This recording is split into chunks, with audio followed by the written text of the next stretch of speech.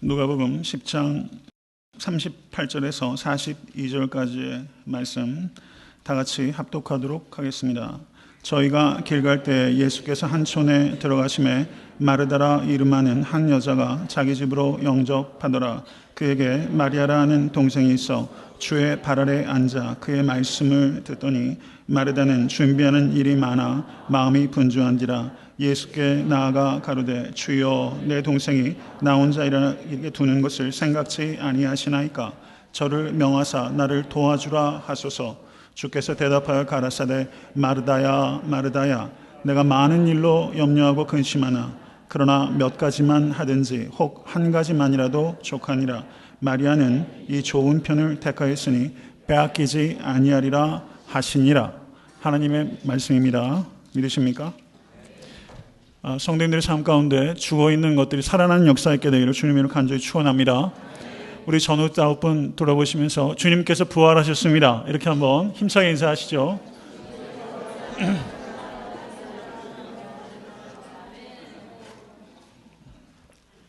여러분, 그럼 다 된 거 아니에요? 네, 예수님께서 십자가에 달려서 우리의 죄를 대속하시고 또 우리의 영원한 소망이 되시기 위해 부활하셨습니다. 그럼 우리의 문제는 다 해결된 거예요.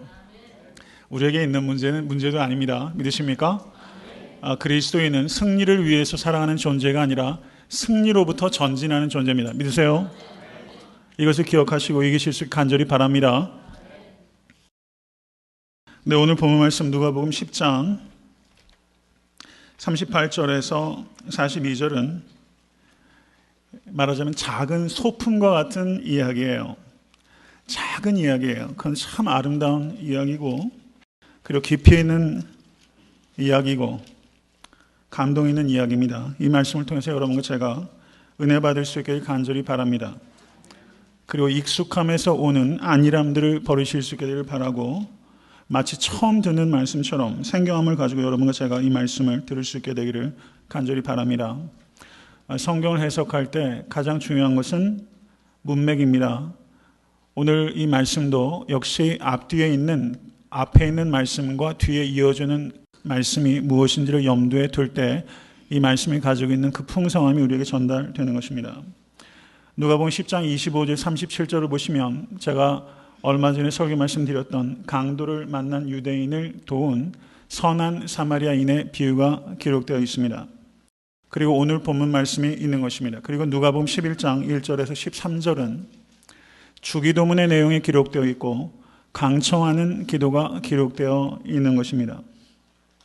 이와 같이 이어지는 세 개의 일련의 내용들은 누가 그리스도의 제자인가 하는 것에 대한 대답을 주고 있는 것입니다.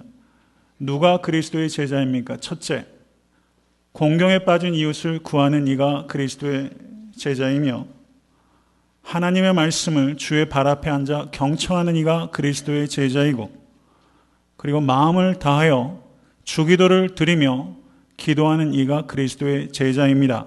라고 문맥이 우리에게 가르쳐주고 있는 것입니다. 이 세 가지 이야기 중에서 첫째 이야기와 둘째 이야기 그리고 둘째 이야기와 셋째 이야기가 해석적으로 매우 밀접하게 연관되어 있는 것입니다. 사마리아인의 행위는 참으로 아름답고 그리고 또 우리가 본받아야 될 행위입니다. 그런데 사마리아인의 비유 뒤에 마리아가 예수 그리스도의 발 앞에 말씀을 들었던 내용이 기록되어 있는 것은 선한 사마리아인의 행위와 같이 그 자체로 의미가 있고 가치 있는 일이라 할지라도 그것은 예수의 발 아래 앉아서 말씀을 듣는 것보다 중요하지 않은 것이다 라고 우리에게 가르쳐주고 있는 것입니다. 또 하나는 마리아처럼 예수의 발 아래 앉아서 말씀을 들었는데 선한 사마리아인의 행위로 이어지지 못한다면 그것은 말씀을 잘못 들은 것이다. 이것을 성경 우리에게 말씀해주고 있는 것입니다. 그리고 두 번째 말씀과 세 번째 말씀이 연결되는 것은 말씀과 기도에 대한 이야기가 연결되고 있는 것은 말씀이 기도로 이어지지 않으면 능력을 상실하게 되는 것이고 기도가 말씀에 기초하지 않으면 그 기도는 방향을 잃어버리게 되는 것이다 라는 것을 우리에게 가르쳐주고 있는 것입니다. 여러 사랑하는 성도님들께 말씀과 기도와 그리고 선한 행위가 나타나서 견고한 그리스도인이 되실 수 있게 주님의 이름을 간절히 축원합니다. 오늘 본문 말씀 38절 39절은 오늘 본문 말씀의 백그라운드가 기록되어 있는 부분이라고 볼 수 있어요. 예수께서 길을 가시다가 38절 보십시오. 저희가 길 갈 때 예수께서 한 촌에 들어가심에, 한 촌이라고 말하고 있지 이 촌의 이름을 기록하고 있지 않습니다. 그런데 마리아와 마르다 그리고 이 두 명의 자매의 동생이 누구죠? 남동생이 죽었다 다시 살아난 나사로예요. 그들의 집이 어디에 있었습니까? 베다니에 있었어요. 베다니란 그 지명의 뜻이 뭔지 혹시 아십니까? 가난한 자의 집이란 뜻이 있어요. 가난한 자의 집. 이름 참 근사하지 않습니까? 베다니. 우리 교회에도 베다니 목장이 있어요. 가난한 자의 집. 그럼 애타한테 섬기는 교회는 가난한 자들에게 집이 되는 교회가 될 수 있기를 간절히 바랍니다. 이 일을 위해서 우리가 부응해야 돼요. 목적이 없이 부응하는 것은 의미가 없습니다. 가난한 자의 집이 되기 위해서 부응하는 교회가 될 수 있게 간절히 바랍니다. 38절을 보시면 저희가 길 갈 때라고 말하고 있는데 여기서 저희는 누구를 의미하는 겁니까? 예수님과 제자들. 어떻게 하셨어요? 예수님과 제자들이에요. 그런데 오늘 본문을 보시면 제자들이 나타납니까? 나타나지 않습니까? 제자들은 나타나지 않아요. 그러나 제자들은 그 자리에 있었어요. 이 마르다가 예수님을 위해서 식탁을 준비할 때 그 자리에 있었던 12명의 제자들 때문에 더 분주했을 거라는 거죠. 최소한 13명의 식탁을 준비하고 있었던 상황이다. 이렇게 우리가 볼 수 있다는 것입니다. 그리고 오늘 본문에 예수 그리스도의 발 아래 앉아서 말씀을 듣던 이 마리아는 마가복음 14장을 보시면 300데나리온의 향유를 옥합을 깨뜨려서 예수의 머리에 붓고 발에 부었던 바로 그 마리아라고 요한복음은 기록하고 있는 것입니다. 예수의 발 아래 앉아서 예수의 말씀을 듣던 이 마리아가 향유 옥합을 깨뜨려 예수의 발에 부었다는 것은 말씀을 들었던 이 마리아는 그 말씀대로 예수 그리스도의 장례를 준비하는 행위로 이어지고 있다는 것을 우리가 보게 되는 것입니다. 여러분 정말 말씀을 육신의 귀로서가 아니라 마음의 귀로 듣는다면 비록 시간이 걸린다 할지라도 그 말씀은 여러분의 삶 가운데서 선한 행위로 나타날 수밖에 없다는 것을 깊이 생각하시는 여러분과 제가 될 수 있게 간절히 바랍니다. 그리고 특별히 마가복음 11장 5절을 보시면 나사로가 병들었을 때 그때 이런 이야기가 기록되어 있습니다. 예수께서 본래 마르다와 그 남동생 마르다와 그 동생과 나사로를 사랑하시더니 라고 말하고 있습니다. 예수께서 마르다와 마리아와 나사로를 사랑하셨어요. 여러분 이 마르다 가족과 예수님과 처음 만난 장면이 저는 오늘 본 말씀 누가복음 10장의 말씀이라고 생각합니다. 이때 사랑이 시작된 거예요. 예수님과 마르다의 형제들 간의 사랑이 시작됐어요. 여러분과 예수님의 사랑은 언제 시작됐습니까? 여러분 그 시점으로 한번 되돌아가실 수 있기를 간절히 바라요. 만약에 그때 그 첫사랑이 지금 퇴색해 있다면 오늘 예배를 통해서 그 첫사랑이 회복될 수 있게 간절히 바라고 그 첫사랑보다 더 뜨거운 사랑으로 주님과 사랑하신 여러분과 제가 될 수 있게 간절히 바랍니다. 예수님께서 베다니에 들어가셨을 때 마르다가 자기 집으로 영접했습니다. 마르다의 남편에 대한 이야기가 기록되어 있지 않아요. 이 당시에 유대인의 풍속에서는 마르다의 남편이 있으면 당연히 마르다의 남편이 집으로 청하게끔 되어 있어요. 여자가 이렇게 나설 수 없습니다. 그런데 성경에 마리아와 마르다, 나사로에 대한 모든 기록들을 봐도 이 마르다의 남편에 대한 기록이 없어요. 그러면 이 집주인은 마르다예요. 마르다는 이미 남편을 잃어버린 과부일 가능성이 굉장히 높아요. 그리고 마주로서 가장 역할을 하고 있었던 씩씩한 사람이었습니다. 그리고 아무런 주저함 없이 예수님과 12명의 제자들을 그 집에 초청해서 식사를 베풀 만큼 재력도 있었고 그리고 매우 독립적인 성향이 강했던 여인이라는 것을 우리가 알 수 있습니다. 요한복음 11장 20절을 보시면 이렇게 기록되어 있어요. 마르다는 예수 오신다는 말을 듣고 곧 나가 맞되 마리아는 집에 앉았더라. 여기에서도 이 마르다와 마리아의 성격이 드러납니다. 오늘 본문을 보셔도 여러분 친자매인데도 많이 달라요. 그렇죠? 그리고 요한복음 11장을 보셔도 친자매인데도 많이 달라요. 그리고 예수님 섬기면서도 친자매인데도 갈등이 생기잖아요.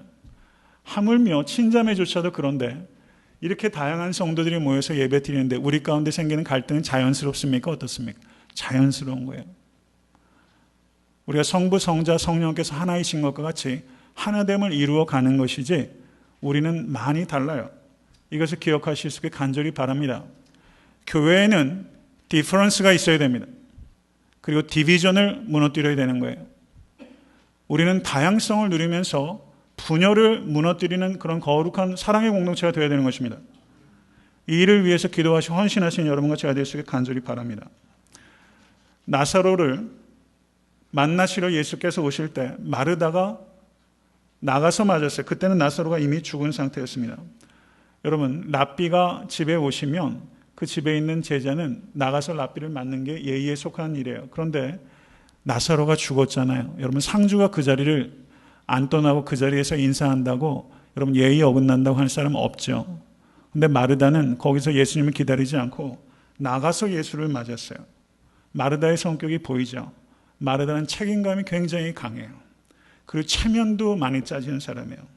그리고 주도적으로 행동이 먼저 나가는 성향의 사람이라는 것을 우리가 볼 수 있어요. 여러분, 사실 이런 사람도 필요하죠. 이렇게 행동 중심적인 사람도 사실 필요한 것은 사실이에요.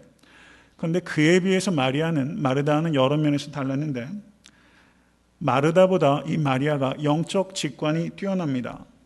그리고 좀 더 주님께 의존적인 사람이었어요. 그리고 작은 일에 있어서도 주님께서 주도권을 잡으실 수 있도록 이 마리아는 기다리는 사람이었습니다. 마르다는 자기가 주도권을 가지고 움직이는 사람이라면 이 마리아는 주님께 주도권을 드리고 기다리는 사람이었다고 볼 수 있어요. 여러분, 한번 자기를 한번 되돌아보실 수 있기를 간절히 바랍니다. 여러분의 삶의 주도권을 여러분이 쥐고 계십니까? 아니면 주님께서 쥐고 계십니까? 이것을 주권이라고 말합니다. 우리가 예수님을 주와 그리스도라고 고백합니다. 여러분 그렇게 고백하고 계세요? 여러분 예수님이 여러분의 주인이세요? 조금 망설여지시죠? 예수님은 Lord예요. My Lord. 주여라고 하는 것은 예수님께서 내 삶의 주인이라는 것입니다. 우리의 그런 소망은 있는데 아직 그렇게 잘 못하는 영역이 있죠. 여러분 주도권을 내어드리시는 여러분과 제가 될 수 있게 간절히 바랍니다.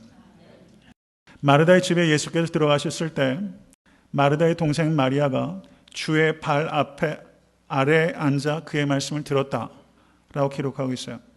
전 성경에 남성이 나오면 우리가 남자 성도님들을 생각하게 되고 좀 여성이 나오면 여자 성도님들을 생각하게 돼요. 그래서 우리 교회 성도님들이 하나님 마리아와 같이 주의 말씀을 듣게 해주시옵소서 이런 기도가 나와요.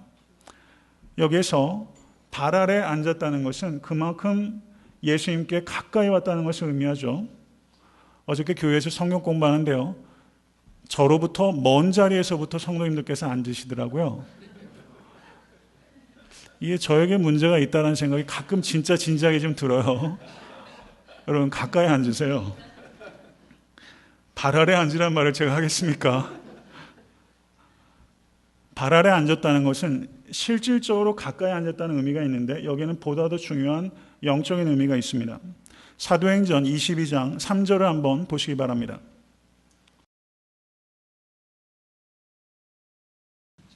사도행전 22장 3절 다 같이 읽습니다. 나는 유대인으로 길리기아 다소에서 났고 이 성에서 자라 가말리엘의 문화에서 우리 조상들의 율법의 엄한 교훈을 받았고 오늘 너의 모든 사람처럼 하나님께 대하여 열심하는 자라. 여기에서 나는 누구예요? 바울이에요. 바울인데 누구의 문화에 있었습니까? 가말리엘의 문화에 있었어요. 가말리엘은 유대 랍비 중에서 존경을 받던 랍비입니다. 가말리엘 문화에 있었어요. 문하에 있다는 말은 무슨 뜻입니까? 제자란 뜻이죠. 그런데 여기에서 문하라고 번역되고 있는 성경 언어가 파라푸스포다스 가말리엘이라고 합니다. 파라푸스포다스. 이 말은 at the feet of Gamaliel 이런 뜻이에요. 포다스라는 것은 fit을 의미하는 겁니다. 그러니까 가말리엘 문화란 뜻은 실제 그 원어적인 의미는 가말리엘의 발 아래서 있었다는 것을 의미하는 거예요. 그러면 여기에서 마리아가 예수의 발 아래에 있었다는 것은 이 마리아가 랍비의 제자처럼 예수의 말씀을 들었다라는 것을 의미하는 거예요. 여기에서 이 주님께서 마리아를 불러서 마리아야, 오늘은 네가 여기 앉아서 말씀을 들어야겠다, 이렇게 주님께서 말씀하신 게 아니에요. 여기서 앉아라고 번역되어 있는 단어는 파라카세조마이라는 성경 원어인데요. 이 단어는 제기용법이에요. 말하자면 이 여인 스스로 그 자리에 앉았다라는 의미가 거기 있어요. 이 여인은요, 스스로 예수의 발 아래 앉아서 마치 예수의 문화생처럼, 제자처럼 주님의 말씀을 들은 것입니다 라는 의미가 여기 있다는 것입니다. 여러분, 그 당시에 팔레스타인의 유대인들은요, 랍비들이 여인들에게 율법을 가리키지 않았어요. 어느 정도였냐면요, 저명한 랍비들이 길을 가다가 여인을 만나면 눈을 딱 감았어요. 그래가지고 부딪혀가지고 저명한 랍비들이 눈이 시퍼런 사람도 있었다는 기록이 있어요. 저는 그렇게까지는 못합니다. 그럴 정도로 여인들을, 심지어 자기 아내와 딸을 만나도 외면할 정도로 이 유대인들, 이 아주 급진적인 이 율법주의자들은 그럴 정도였어요. 여인들의 율법을 가리키지 않았어요. 그렇기 때문에 심지어 제자로 삼는다는 것은 있을 수 없는 일입니다. 그런데 마리아가 통념을 깨뜨리고 성적인 편견을 깨뜨리고 제자로서 예수 그리스도의 발 아래 앉아서 예수 그리스도의 말씀을 듣고 있는 모습을 한번 상상해 보세요. 그 자리에 앉아서 이 마리아라는 여인이 눈을 반짝이면서 주의 말씀을 듣고 있는 모습을 한번 상상해 보세요. 얼마나 예쁘고 귀한 모습입니까? 여러분, 오늘 본문 말씀 바로 앞에 있는 내용은 선한 사마리아인의 비유입니다. 이 사람이 예루살렘에서 여리고로 가다 강도를 만나서 거의 반쯤 죽었어요. 그런데 제일 먼저 거기를 지나친 사람이 누구예요? 제사장이에요. 제사장이면 응당 그 사람을 구해줄 것 같은데 제사장이 어떻게 했죠? 지나쳐버렸어요. 그 다음에 거기를 지나친 사람은 누굽니까? 레위인이에요. 레위 지파 역시 성전에서 봉사하던 사람이에요. 그러면 그 사람은 도와주겠거니 했는데 역시 지나쳐버렸어요. 세 번째 그 자리에 온 사람은 누굽니까? 사마리아 사람이에요. 사마리아 사람은 유대인들과 역사적으로 반목하는 사람이에요. 전혀 예상치 못했던 사람이 강도당한 사람을 구했던 것이 바로 선한 사마리아인의 비유입니다. 전혀 예상치 못한 사람이 하나님의 뜻을 행했어요. 근데 오늘 본문을 보시면 예수 그리스도의 제자가 전혀 될 수 없는 여인이 예수의 발 아래 앉아서 주님의 말씀을 들었어요. 전혀 예상치 못했던 사마리아인이 도움의 손길을 베풀었던 것처럼 전혀 예상치 못했던 여인이 그리스도의 제자가 되려고 그 자리에서 말씀을 듣고 있었다는 사실입니다. 사마리아인은 인종적인 편견을 넘어섰다면 이 여인은 성적 편견을 넘어섰다고 할 수 있어요. 여러분, 우리는 도대체 예수 믿으면서 어떤 편견을 극복하고 있습니까? 예수 믿으면서 더 편협해지고 있지 않습니까? 예수 믿으면서 더 장벽을 세우고 있지 않습니까? 이것을 우리가 깊이 생각해야 돼요. 예수를 믿는다는 것은 장벽을 허물고 그 장벽을 뛰어넘고 여러분 화평의 도구로 쓰임받는다는 것을 의미하는 것입니다. 여러분, 제가 인터넷을 보면서 흥미로운 글을 하나 읽었어요. 그 내용이 뭐냐면 성경책과 스마트폰을 비교하는 내용이었어요. 그 중에서 제가 일부를 발췌해서 여러분들께 나누고자 합니다. 스마트폰들 많이 가지고 계시죠? 만약에 우리가 스마트폰을 대하는 것처럼 성경을 대한다면 무슨 일이 벌어질까요? 라고 질문을 던지는 글이었어요. 만약에 성경을 항상 호주머니에 넣고 다닌다면, 만약에 하루에 몇 번씩 성경을 펼쳐 본다면, 만약에 여행할 때 꼭 가지고 다닌다면, 만약에 긴급할 때 꼭 사용한다면, 이런 내용들을 가지고 성경과 스마트폰을 비교했어요. 여러분 한번 생각해 보세요. 여러분에게 있어서 스마트폰과 성경, 여러분 어느 쪽이 더 귀하게 또 자주 사용되고 있습니까? 여러분 예수님께서는 성육신하신 태초부터 계신 하나님의 창조와 구원의 말씀입니다. 믿으십니까? 말씀이 곧 그리스도입니다. 믿으세요? 말씀을 대하는 태도가 그리스도를 대하는 태도입니다. 그런데 우리가 말씀을 대하면서도 스마트폰만큼도 대우를 안 해준다면 여러분 이 모습을 어떻게 여러분 스스로 납득을 시키시고 계십니까? 여러분 성경을 존귀히 여기실 수 있게 간절히 바라요. 마리아가 예수의 발 아래에 앉았어요. 그 마음 한번 생각해 보세요. 얼마나 마음이 뛰었겠어요. 예수님이 우리 집에 오셔서 그 하나님의 나라의 복음에 대해서 가르치세요. 이 마리아가 여러분 어떤 마음과 표정과 감격을 가지고 말씀 들었겠어요. 여러분 그런 태도로 말씀 대하실 수 있게 간절히 바랍니다. 우리가 어떤 부분에 있어서 어느 수준에 가기 위해서는 태도가 굉장히 중요해요. 말씀을 대하는 태도가 굉장히 중요합니다. 그런데 40절을 한번 보세요. 마르다는 준비하는 일이 많아 마음이 분주한지라. 마리아는 준비하는 일이 많아 마음이 분주한지라 라고 말했어요. 여러분 여성이 집에 손님을 초청하면 뭘 하는 게 당연해요. 식사 준비하는 게 당연한 노릇이죠. 집에 청해놓고 나몰라라 하면 그거 참 민망한 노릇 아니겠습니까? 여기에서 이 마르다가 예수님을 준비해서 식탁을 준비하는 것은 필요한 일이고 중요한 일이었어요. 그런데 예수님께서 제자들에게 선교 여행을 보내시면서 누가복음 10장 7절에서 8절에 이렇게 가르치십니다. 그 집에 유하며 주는 것을 먹고 마시라. 일꾼이 그 삭을 얻는 것이 마땅하니라. 이 집에서 저 집으로 옮기지 말라. 어느 동네에 들어가든지 너희를 영접하거든 너희 앞에 차려놓는 것을 먹고 라고 주님께서 가르치셨어요.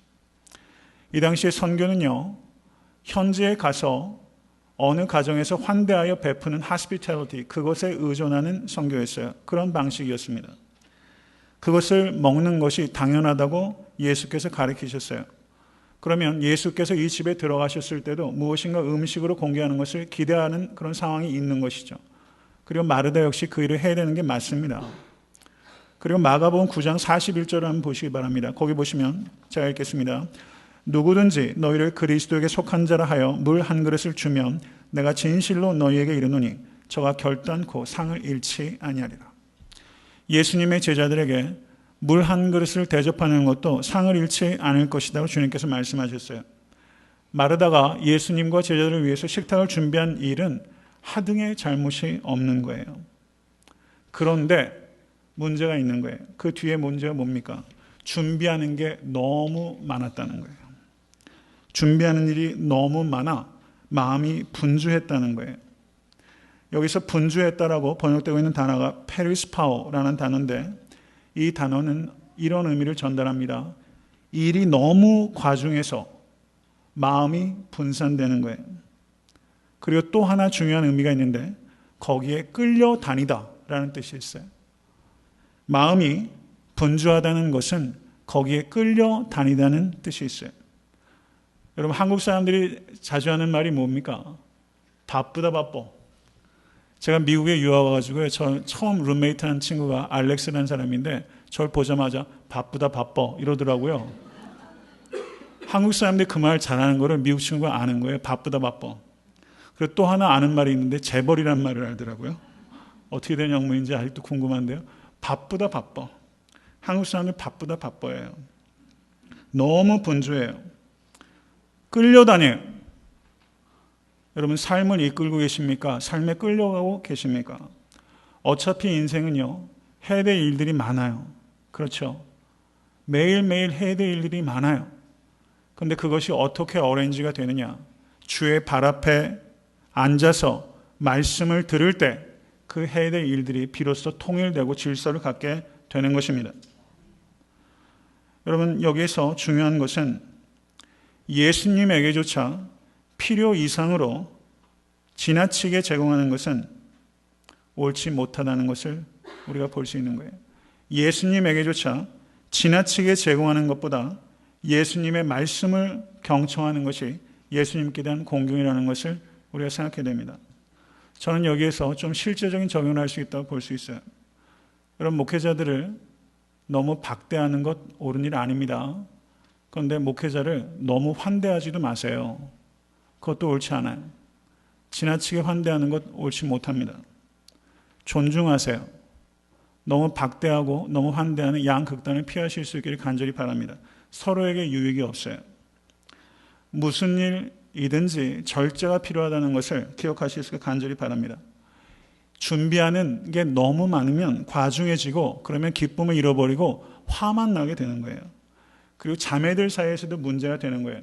교회에서도 사역하실 때 너무 과중하면 마르다와 마리아와 같이 평소에 사이 좋다가 다투게 되는 거예요. 이런 일들 많이 경험하시잖아요. 너무 과중해서는 안 됩니다. 말씀이 우선입니다. 말씀은 있는데 열심이 없다. 이것도 문제고, 열심은 있는데 말씀이 없는 사람들도 있어요. 둘 다 문제예요. 말씀의 우선성 그리고 열심의 필연성, 저는 이렇게 말할 수 있다고 봅니다. 말씀의 우선성, 열심의 필연성이에요. 이 두 가지가 반드시 같이 가야 돼요. 여러분, 마르다처럼 자신의 집에 영접해서 예수님과 제자들에게 음식을 공개하는 일 쉬운 일 아니죠. 이것 자체도 쉬운 일은 아니에요. 그런데 우리가 마리아처럼 말씀도 듣지 않고 마르다처럼 집도 개방하지 않는다면 여러분, 그거 얼마나 부끄러운 노릇이겠습니까? 여러분, 말씀과 열심을 공히 겸비하시는 성도님 되실 수 있게 간절히 바랍니다. 여기서 마르다가 하는 행위 자체는 선한 일이고 권장해야 될 일이지만 마르다에게 말씀이 없었기 때문에 이 좋은 일이 인간적인 관점의 지배를 받고 있었다는 데 문제가 있는 거예요. 좋은 일도 인간적인 관점의 지배를 받으면 문제가 된다는 것입니다. 좋은 일도 하나님의 관점의 지배를 받아야 돼요. 하나님의 일을 하면서 인간적인 관점으로 할 수 있다는 것을 경계하실 수 있기를 간절히 바랍니다. 하나님의 일도 하나님의 관점의 지배를 받아야 됩니다. 믿으십니까? 여러분, 예수님의 일을 하다가 예수님을 놓쳐버릴 수가 있다는 것을 경계하셔야 돼요. 신앙생활 오래 하시면서 예수님의 일을 하다가 열심히 내다가 예수님을 오간데 없이 놓쳐버려요. 이런 경험들 할 수 있어요. 목회자도 예외가 아닙니다. 사역에 너무 사역 중심적인 사역자가 되게 되면 사귐을 잃어버려요. 사귐을 잃어버리면요, 여러분, 그 사역은 열매를 맺을 수가 없는 것입니다. 항상 사귐이 최우선적이고 그리고 사역이 뒤따라갈 수 있다는 것을 우리가 볼 수 있게 간절히 바랍니다. 요한복음 6장 27절에서 주님께서 이렇게 가르치셨어요. 썩는 양식을 위하여 일하지 말고 영생하도록 있는 양식을 위하여 하라. 이 양식은 인자가 너희에게 주리니 인자는 아버지 하나님의 인치신 자니라. 여러분, 믿으십니까? 지금 예수님께서 마르다의 집에 들어가셨어요. 마르다는 예수님을 위해서 식탁을 준비하셨어요. 그런데 예수님께서 또 식탁을 준비하셨어요. 예수님께서 마련하신 식탁은 뭐예요? 영적인 음식이 있는 식탁이에요. 그 식탁에서 누가 음식을 먹고 있어요? 마리아가 먹고 있어요. 근데 마르다는 육적인 식탁을 준비 안 하고 예수님께서 만드신 영적 식탁에 지금 동참하지 못하고 있는 거예요. 거기에서 먼저 먹어야 되는 거예요. 이것을 오늘 본문은 우리에게 가르쳐주고 있는 것입니다.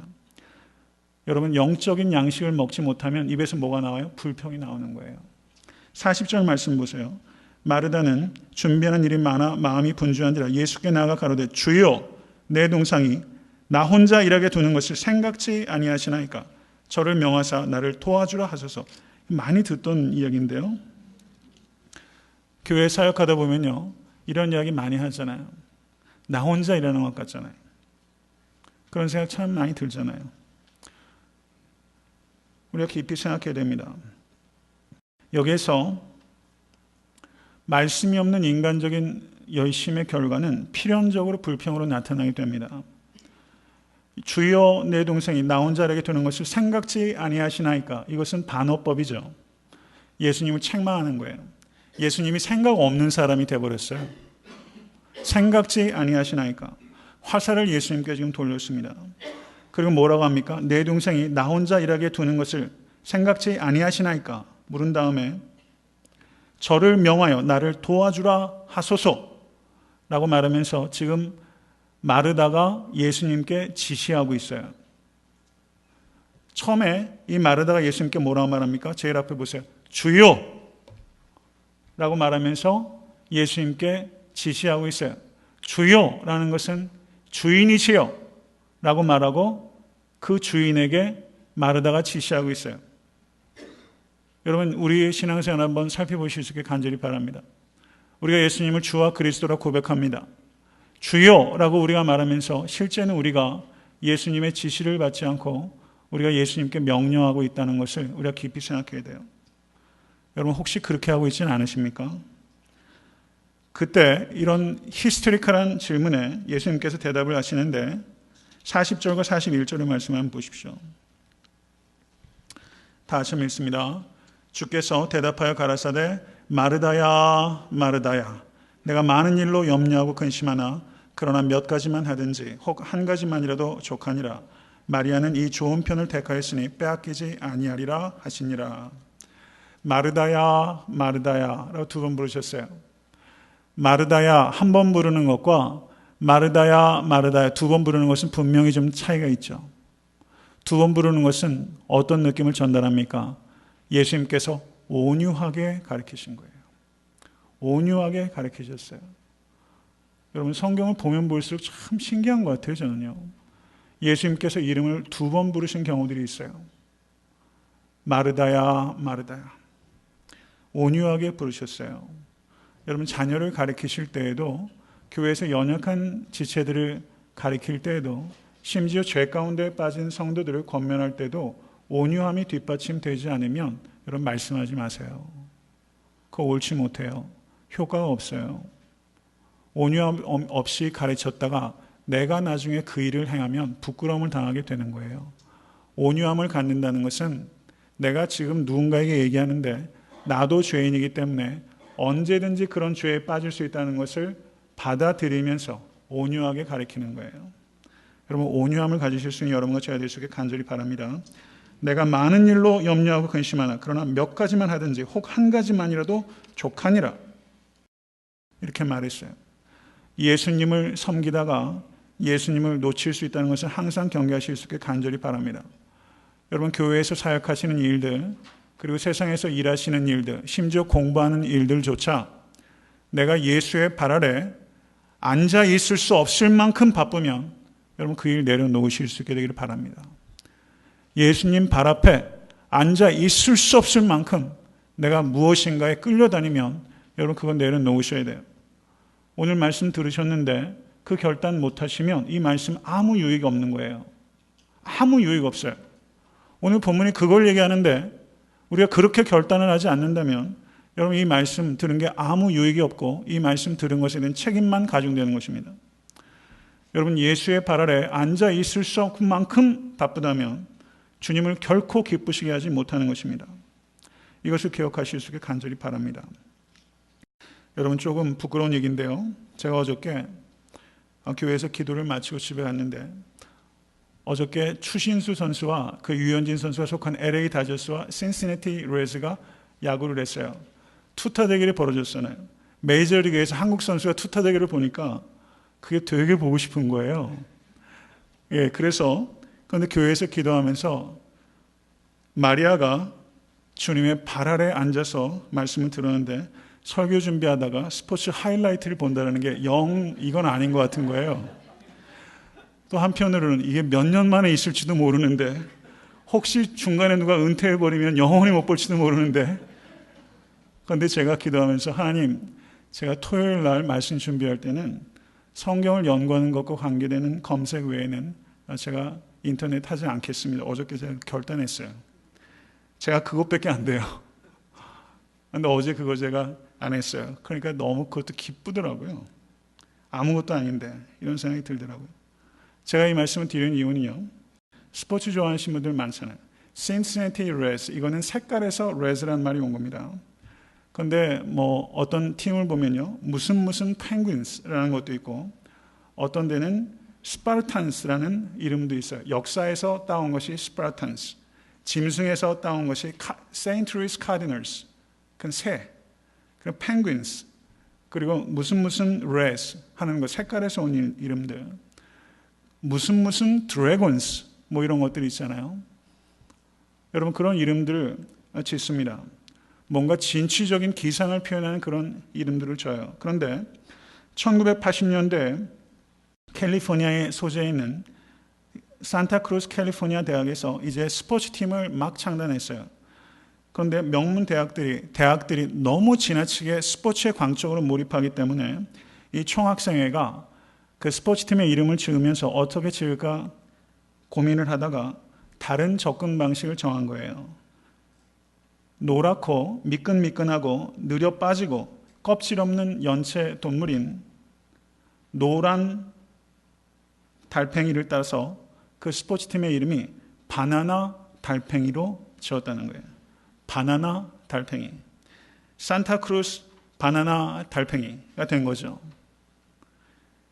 이것은 매우 재치있고 의미 있는 결정입니다. 총학생회에서 이렇게 결정한 것은 스포츠는 스포츠일 뿐이지 그것이 절대적인 가치를 갖고 있는 것이 아니고 다만 상대적인 가치를 가지고 있을 뿐이다 라는 것을 이 젊은 학생들이 그 이름을 지으면서 바나나 달팽이라고 이름을 붙인 거예요. 꽤 괜찮은 젊은이들 아닙니까? 괜찮은 학교죠. 여러분과 저의 삶 속에 가장 중요한 게 무엇입니까? 스포츠에 광적으로 들어가는 사람도 있고 게임에 광적으로 들어가는 사람이 있고 무엇인가에 광적으로 들어가는 것이 우리 가운데 없습니까? 여러분, 상대적인 것에 절대적인 가치를 부여하고 있는 것은 혹시 없습니까? 주님 아닌 것에 지나치게 집착하고 있다면 거기에다 레이블을 붙이세요. 바나나 달팽이. 바나나 달팽이. 여러분 이것을 기억하세요. 오늘 설교 제목을 바나나 달팽이로 할 걸 그랬네요. 바나나 달팽이. 바나나 달팽이. 기억하세요. 이것은 다 상대적인 거예요. 다 상대적인 거예요. 먼저 그 나라와 그 일을 구하라. 그리하면 이 모든 것을 너에게 더하시리라. 그 나라와 그 의가 아닌 것은 다 바나나 달팽이에요. 여러분 그렇게 사실 수 있게 간절히 바랍니다. 먼저 그 나라와 그 의를 구하는 것은 먼저 그 나라와 그 의를 구하고 그 다음에 세상 나라를 구하라는 뜻이 아닙니다. 항상 먼저 그 나라와 그 의를 구하라. 항상 그것을 구하라는 거예요. 그리하면 모든 것을 너희에게 더하시리라. 아멘. 모든 것을 너희에게 더하시리라 라고 말씀하셨어요. 여태까지 신앙생활 하면서요, 여러분 우리가 어떤 것들을 경험하면서 신앙생활 합니까? 먼저 그 나라와 그 일을 구하기로 우리 야무지게 결단하십시다. 그래서 정말 모든 것을 더하는 것을 경험하시는 여러분과 저희가 되시길 간절히 바라요. 하나님 살아계세요. 먼저 그 나라와 그 일을 구하는 것입니다. 그럼 하나님께서 모든 것을 더하세요. 시간이 비록 걸릴지 몰라도 우리의 인격을 하나님께서 만들어 주시고 축복받을 만한 그릇으로 만들어 주시고 그 그릇이 준비되면 넘치도록 부어주게 되실 것입니다. 믿으십니까? 하나님 나라에 대해서 관심 갖고 하나님 나라에 대해서 입만 열면 하나님의 나라가 나오고 기도만 하면 하나님의 나라를 위해서 기도하게 되고 그리고 우리의 모든 것이 하나님의 나라를 위해서 초점을 맞춰진다면 여러분 이 모든 것을 너희에게 더하시리라.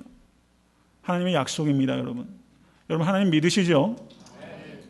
하나님 말씀 믿는다는 뜻입니다. 그 뜻은 하나님을 믿는다는 것은 우리가 뭔가 심정적으로 인슈런스 들고 좀 의탁하는 그런 게 아니에요.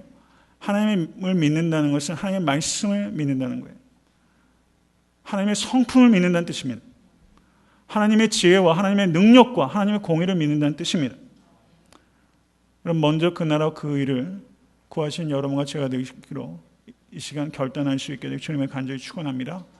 그러면 여러분과 저의 삶에 놀라운 일이 벌어지게 될 것이고 그리고 애타한테 섬기는 교회는 놀라운 일을 감당하게 될 것입니다. 믿으십니까? 여러분 이 체험하시는 여러분과 제가 될 수 있게 되길 주님의 간절히 축원합니다.